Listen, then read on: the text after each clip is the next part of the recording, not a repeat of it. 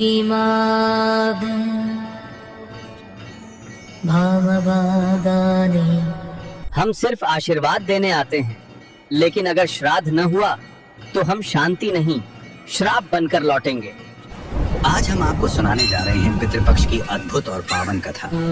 यह कथा केवल सुनने मात्र से ही मनुष्य के जीवन के सब पाप नष्ट हो जाते हैं। जो भी व्यक्ति श्रद्धा और मन से इस कथा को सुनता है, उसके ऊपर यदि पितृदोष हो तो वह समाप्त हो जाता है।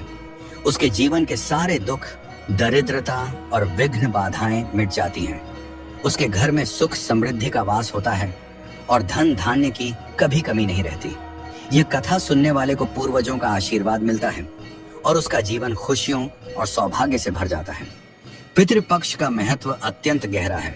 शास्त्रों में कहा गया है कि इस समय हमारे पूर्वज स्वयं धरती पर आते हैं और अपने वंशजों से तर्पण और स्मरण की अपेक्षा करते हैं। जब हम उनका विधिपूर्वक स्मरण करते हैं तो वे संतुष्ट होकर हमें आशीर्वाद देते हैं। उनके आशीर्वाद से जीवन में सफलता, शांति और प्रगति का मार्ग प्रशस्त होता है।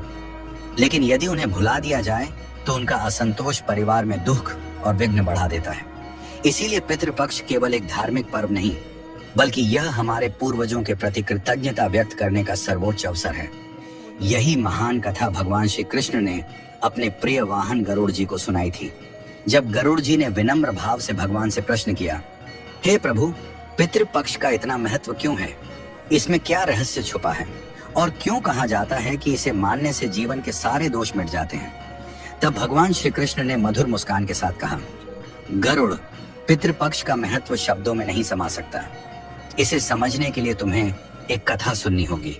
इस कथा को सुनने मात्र से ही पितृदोष समाप्त होते हैं, जीवन से दुख और दरिद्रता दूर हो जाती है और घर परिवार में सुख और समृद्धि का वास होता है। और फिर भगवान श्री कृष्ण ने गरुड़ जी को वह अद्भुत कथा सुनानी प्रारंभ की। दोस्तों, आप भी इस कथा को ध्यानपूर्वक अवश्य सुने। इस कथा के श्रवण मात्र से मनुष्य के सभी पाप और दोष नष्ट हो जाते हैं। पितृदोष से मुक्ति मिलती है, सभी कर्ज उतर जाते हैं और धन, धान्य तथा संपत्ति की प्राप्ति होती है। साथ ही सुंदर और गुणवान पत्नी का लाभ होता है। संतानहीन को संतान की प्राप्ति होती है। यह कथा अत्यंत महान है और विशेषकर पितृपक्ष में इसका श्रवण अवश्य करना चाहिए। इस कथा के सुनने से पितरदेव प्रसन्न होकर वरदान देते हैं। श्री कृष्ण कहते हैं, हे गरुड़, प्राचीन काल की बात है। रुचि नामक एक राजा थे। उन्होंने संसार के मोह माया को त्याग दिया और निर्भय होकर ब्रह्मचर्य का पालन करते हुए पृथ्वी पर विचरण करने लगे। वे संसार की सभी भोग विलास की वस्तुओं को छोड़ चुके थे। उन्होंने घर गृहस्थी से भी नाता तोड़ लिया था। वे केवल एक बार भोजन करते और अधिकतर वन में ही विचरण करते रहते थे। राजा रुचि को ऐसा वैराग्य धारण किए देख उनके पितृगण अत्यंत दुखी हो गए। उन्होंने सोचा, हमारा वंशज यदि इस प्रकार संन्यास ले लेगा तो वंश की वृद्धि कैसे होगी? इससे तो वंश नष्ट हो जाएगा।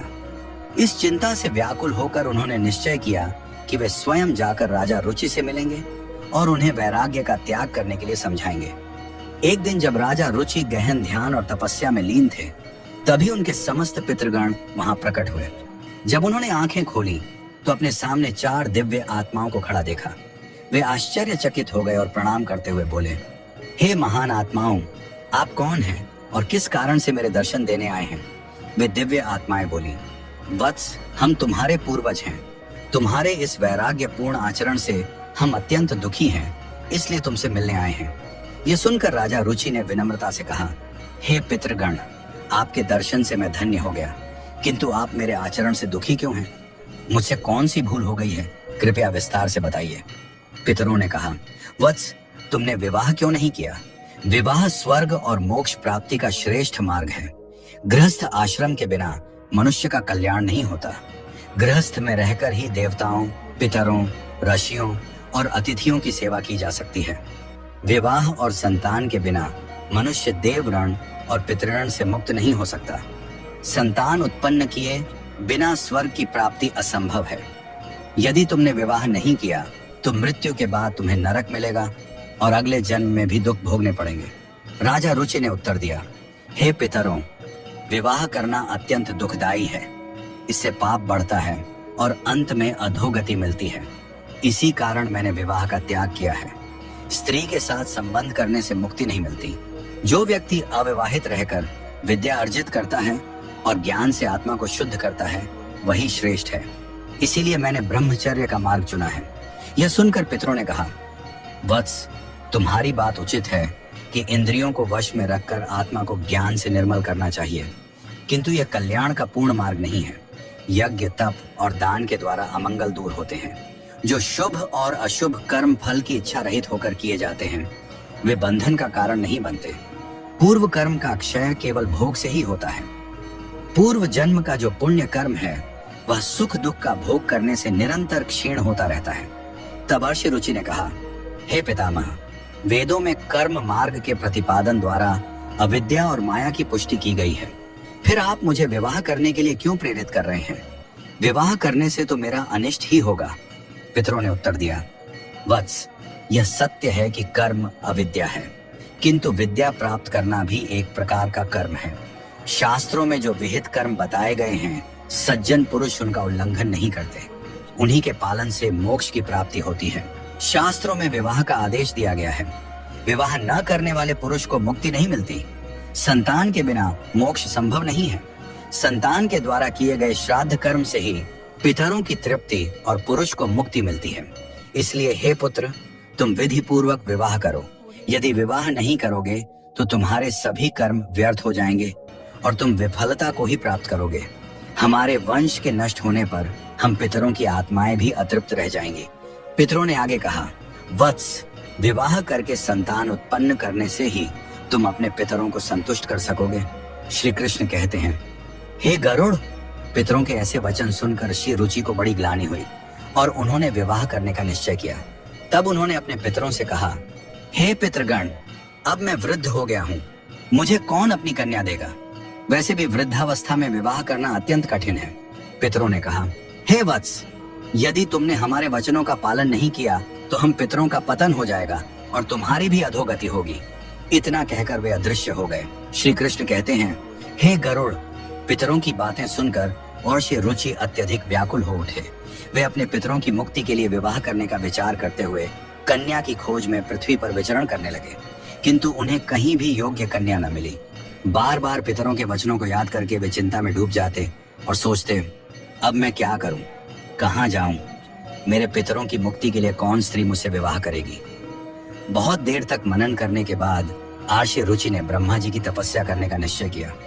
उन्होंने 100 वर्षों तक वन में घोर तपस्या की। उनकी कठोर साधना से प्रसन्न होकर जगत पिता ब्रह्मा जी उनके समक्ष प्रकट हुए और बोले, हे रुचि, मैं तुम्हारी तपस्या से प्रसन्न हूँ। जो भी अभिलाषा हो बताओ, मैं अवश्य उसे पूर्ण करूंगा। ऋषि रुचि ने विनम्रता पूर्वक प्रणाम करते हुए कहा, हे परमपिता, मेरे पितरों ने मुझे संतान उत्पन्न करने का आदेश दिया है, किंतु मुझे विवाह योग्य कोई कन्या नहीं मिल रही। कृपया मुझे एक कन्या प्रदान करें ताकि विवाह करके मैं संतान प्राप्त कर सकूं। तब ब्रह्मा जी बोले, हे विप्र, तुम स्वयं संसार के प्रजापति बनोगे। तुम्हारे द्वारा प्रजा की सृष्टि होगी। तुम्हारे पितरों ने जो कहा है वह सत्य है। तुम्हें विवाह करना चाहिए। इस अभिलाषा को मन में रखते हुए पितरों की पूजा करो। वे प्रसन्न होकर तुम्हें उत्तम स्त्री प्रदान करेंगे और तुम्हारी इच्छा पूर्ण होगी। इतना कहकर ब्रह्मा जी अंतर्ध्यान हो गए। ब्रह्मा जी के वचन सुनकर आर्षि रुचि ने निश्चय किया कि वे पुनः अपने पितरों को प्रसन्न करेंगे। वे एक नदी के तट पर पहुंचे और एकांत में बैठकर अपने पितरों का तर्पण किया। तर्पण के बाद एकाग्र चित्त होकर वे भक्ति पूर्वक पितरों की स्तुति करने लगे। श्री कृष्ण कहते हैं, हे गरुड़, आर्षि रुचि ने जो स्तुति अपने पितरों के लिए की उसे प्रत्येक मनुष्य को ध्यान पूर्वक सुनना चाहिए। यह स्तुति सब पापों और दोषों को नष्ट करने वाली है। जो इसे केवल एक बार भी सुन ले उसके अनेक पाप नष्ट हो जाते हैं और उसे पितरों का आशीर्वाद प्राप्त होता है। इसीलिए हे गरुड़, तुम भी इसे ध्यान से सुनो, तभी इस कथा के श्रवण का फल तुम्हें मिलेगा। आर्षि रुचि स्तुति करने लगे। जो अधिदेवता के रूप में विद्यमान रहते हैं और जो श्राद्ध के अवसर पर देवताओं से स्वधा द्वारा तृप्त किए जाते हैं, उन सभी पितृगणों को मैं प्रणाम करता हूँ। स्वर्ग में अवस्थित महर्षि गण भक्ति और मुक्ति की इच्छा से मानसिक श्राद्ध द्वारा जिन पितरों को तृप्त करते हैं, उन सभी पितरों को भी मैं प्रणाम करता हूँ। अग्निस्वात, वर्षद, आज्ञ और सोमपति गण इस श्राद्ध में मेरे द्वारा तृप्त होकर संतुष्ट हों। अग्निस्वात पितर मेरी पूर्व दिशा की, वर्षद पितर दक्षिण दिशा की, आज्ञ पितर पश्चिम दिशा की और सोमपति पितर उत्तर दिशा की रक्षा करें। ये सभी पितृगण भूत, प्रेत, पिशाच और असुरों के कारण उत्पन्न दोषों से सदा हमारी रक्षा करें। विश्व, विश्वभुक, आराध्य, धर्म, धान्य, शुभानंद, भूतिकृत और भूति नामक 9 गण, कल्याण, कल्द्र, श्रेय, कलता, हेतु और अनघ नामक 6 गण तथा वर, वरेण्य, वरद, तुष्टि, पुष्टि, विश्वपात और धाता नाम से विख्यात 7 गण और महात्मा, महित, महिमा, महावान और महाबल नामक 5 गण, इन सभी पितरों को मैं प्रणाम करता हूँ। ऋषि रुचि की इस स्तुति से समस्त पितृगण प्रसन्न हो गए। उसी समय एक दिव्य तेज उत्पन्न हुआ जिसने आकाश मंडल में चारों ओर प्रकाश फैला दिया और संपूर्ण विश्व को अपने तेज से आच्छादित कर लिया। उस अद्भुत प्रकाश को देखकर श्री रुचि घुटनों के बल बैठकर पुनः अपने पितरों की स्तुति करने लगे। उनकी स्तुति सुनकर पितृगण अत्यंत प्रसन्न होकर उनके सम्मुख प्रकट हुए। अर्षि रुचि ने पुष्प, गंध और विविध नैवेद्य अर्पित किया। पितरों ने उन्हें स्वीकार किया और प्रकट होकर कहा, हे पुत्र, तुम्हारी स्तुति से हम अत्यंत प्रसन्न हैं, इसलिए अब निसंकोच अपनी इच्छा बताओ। नतमस्तक होकर ऋषि रुचि ने कहा, हे पितृदेव, ब्रह्मा जी ने मुझे सृष्टि की रक्षा के लिए प्रजापति बनाया है, इसलिए मैं गुणवान, चरित्रवान और योग्य पत्नी की कामना करता हूँ, जिससे संतान उत्पन्न करके मैं अपना और अपने पितरों का हरण चुका सकूं। तब पितरों ने कहा, वत्स, इसी स्थान पर इसी क्षण तुम्हें उत्तम और मनोरमा पत्नी की प्राप्ति होगी। उसी से तुम्हें एक तेजस्वी पुत्र उत्पन्न होगा जो बुद्धिमान और बलशाली होगा। उसका नाम रोच होगा और वह तीनों लोकों में प्रसिद्ध होगा। उसके भी अनेक महापराक्रमी और पृथ्वी का पालन करने वाले पुत्र होंगे। यह कहकर समस्त पितृगण आशीर्वाद देकर अंतर्ध्यान हो गए। पितरों के अंतर्ध्यान होते ही उनकी कृपा से उसी समय नदी के मध्य से एक अद्भुत दृश्य प्रकट हुआ। वहां से प्रमलोचा नामक एक अत्यंत सुंदर, मन को मोह लेने वाली अप्सरा प्रकट हुई। वह महात्मा रुचि के समीप आई और मधुर वाणी में बोली, हे तपस्वी श्रेष्ठ, वरुण के पुत्र महर्षि पुष्कर की एक अतिशय सुंदर कन्या है जिसका नाम मानिनी है। मैं उसी रूपवती कन्या को आपके लिए भार्या स्वरूप प्रदान करती हूँ। आप उससे विवाह करें। उस कन्या से आपको अतिशय बुद्धिमान पुत्र उत्पन्न होगा जिसका नाम मनु होगा। इसके बाद प्रजापति रुचि ने उस अप्सरा द्वारा प्रदत्त कन्या मानिनी से विधि पूर्वक विवाह किया। श्री कृष्ण कहते हैं, हे गरुड़, इस प्रकार आज श्री रुचि ने अपने पितरों को प्रसन्न करके योग्य पत्नी प्राप्त की और अपने वंश की वृद्धि की। इसके बाद भगवान श्री कृष्ण ने गरुड़ जी को पितरों को प्रसन्न करने के अनेक उपाय बताए। उन्होंने कहा कि ये उपाय मनुष्य के जीवन से पितृदोष को समाप्त करते हैं और पितरों की कृपा प्राप्त करने में सहायक होते हैं। श्री कृष्ण ने कहा, पितरों को प्रसन्न करने का सबसे पहला और मुख्य उपाय तर्पण है। तर्पण का अर्थ है पितरों को जल अर्पित करना। पितृपक्ष में पवित्र जल लेकर काले तिल, दूध और कुश के साथ पितरों का आह्वान करते हुए श्रद्धा से जल अर्पण करना चाहिए। तर्पण करते समय एयुएम पितृभ्यः स्वधा मंत्र का उच्चारण करने से पितर प्रसन्न होकर आशीर्वाद देते हैं।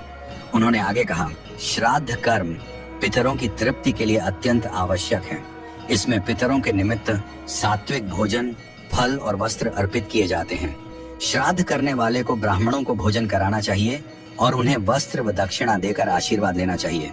श्राद्ध के दिन विशेष रूप से खीर, पूरी, सब्जी और अन्य सात्विक भोजन बनाकर पितरों को अर्पित करना चाहिए।